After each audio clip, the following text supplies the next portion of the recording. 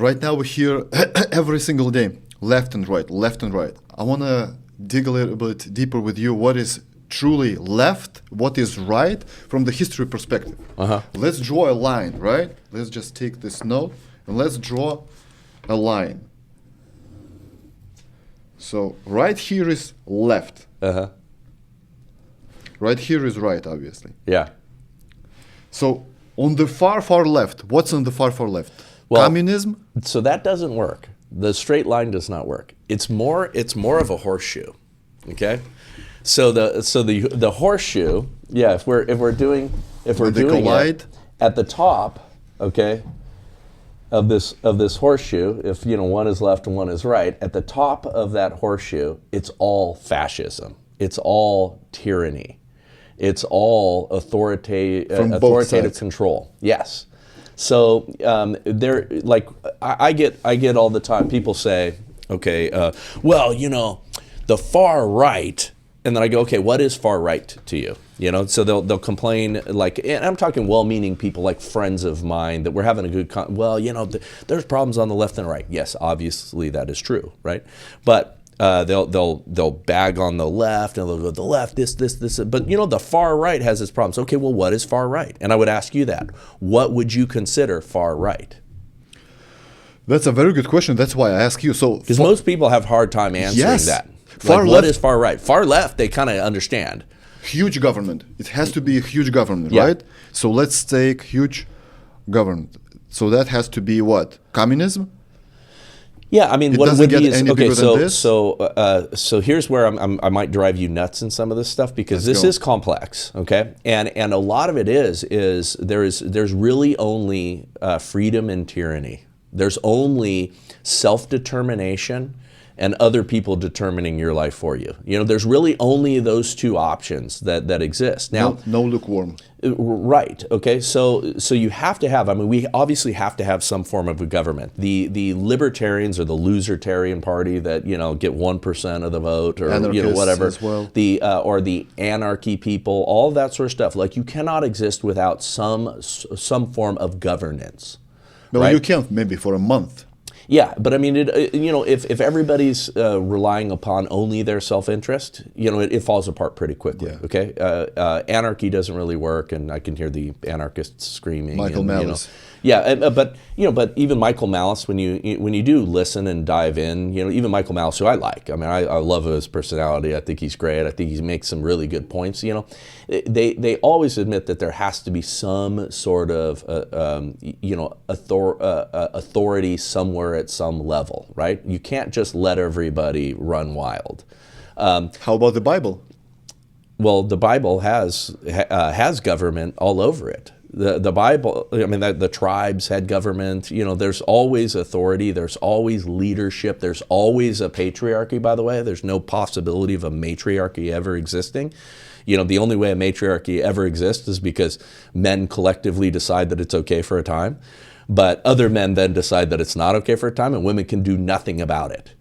If we collectively decide to oppress women, they can't do anything about it. They can't collectively resist us. It's just impossible.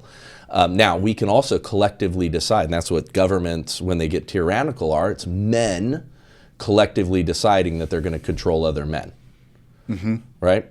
It doesn't work any other way. So what we need moral men to be making these decisions, governed by something outside of themselves, not a relativistic, well, this is my truth, right?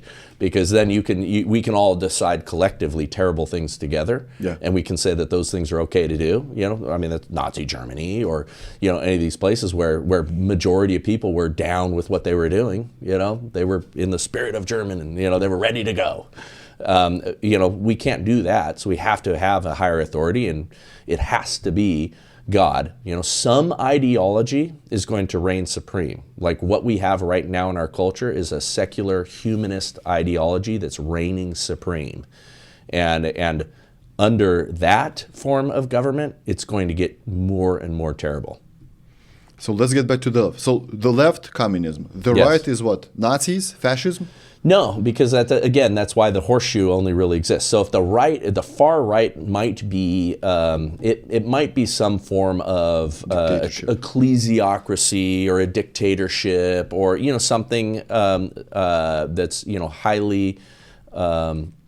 highly structured, authoritarian sort of thing. But it all, that's why I'm saying it all meets at kind of the same thing, a collectivism of some kind of control, some kind of centralized control on the far right or the far left.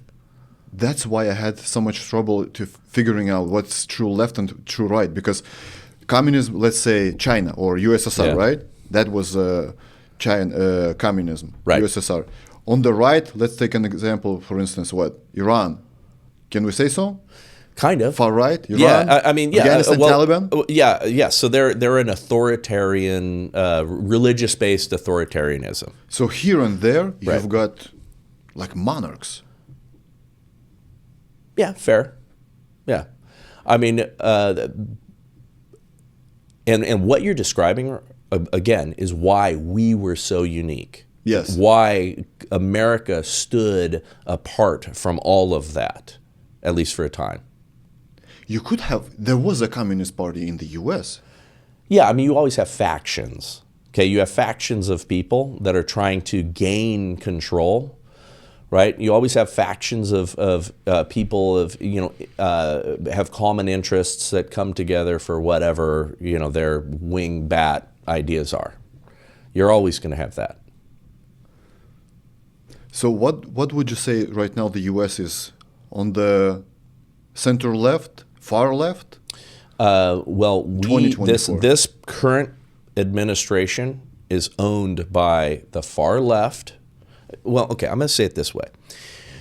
You have the globalists in charge of what's happening now, using the far left as the useful idiots. Remember Bezmenov, talked about the useful idiots, right? Those are the first people who get lined up at the wall and shot when, complete control is gained. You have them stirring up. So communism, socialism, the stupid, spoiled brats of wealthy people in the college campuses and our Ivy League schools that are protesting, that are saying from the river to the sea, Palestine should be free. All of those folks are the ones that are being used by the current wealthy oligarch, globalist, feudalist people in order to accumulate and gain all the control for themselves. So right now, far right uses the far left. Well, but again, would you consider and this is where the far right, far left, left, right, WF all is these. far right. Okay, in the terms of yes, they're an authoritarian, highly structured. This is what we're going to do, kind of a thing. They want to maintain control, but yes, that far right, if you're going to use it, but again, we're at a horseshoe, right? So at the top of that horseshoe, these dudes are using these guys as their slaves to create this thing. That's what's happening. And 76, the US was what? Center. The U.S. was center right, and if you were to poll across the country, almost every time people end up being center right. Consistently in every poll, center right, across all of the different questions that always get answered, we tend to be center right. Less government, smaller government, more freedom. Yes, we tend to lean towards that always. But now our institutions got swallowed up by the left. You had the universities get taken over by far left professors that hate America, hate our idea of government. You have the banking system got taken over by the globalist far right, right? You have the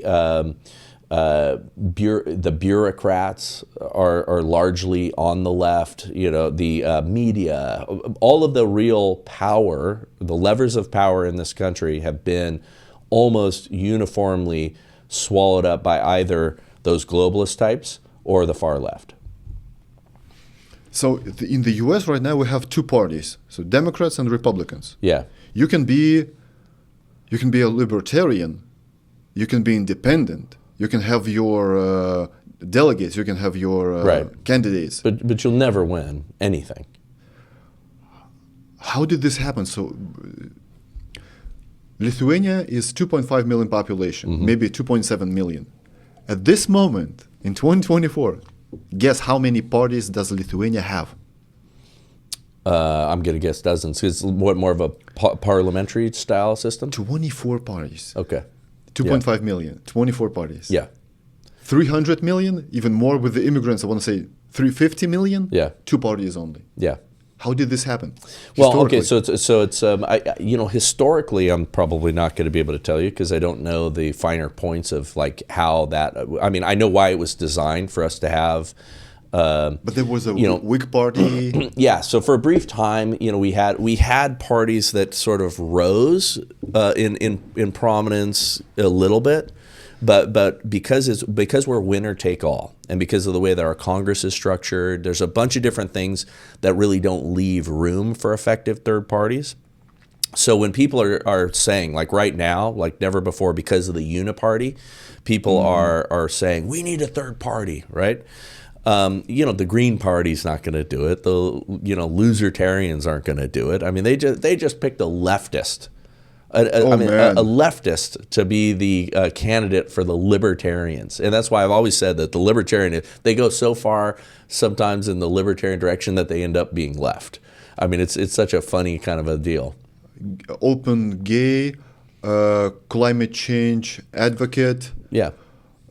Children propaganda, all for that. But I do not understand what makes them think that he's even libertarian. He's not. He's just a left. Yeah. Yeah. And far left. Yeah, it's pretty wild. But the Mises caucus, which are like the Ron Paul type libertarian guys, they've all pretty much come out and said that they're voting for Trump now. They're like, we got no choice. And I'm glad. I weighed in on the comic Dave Smith. I think that's his name, right? Yeah. That's a big libertarian guy. Yeah. He's the one that said, yeah, I guess we're voting for Trump now. Yeah.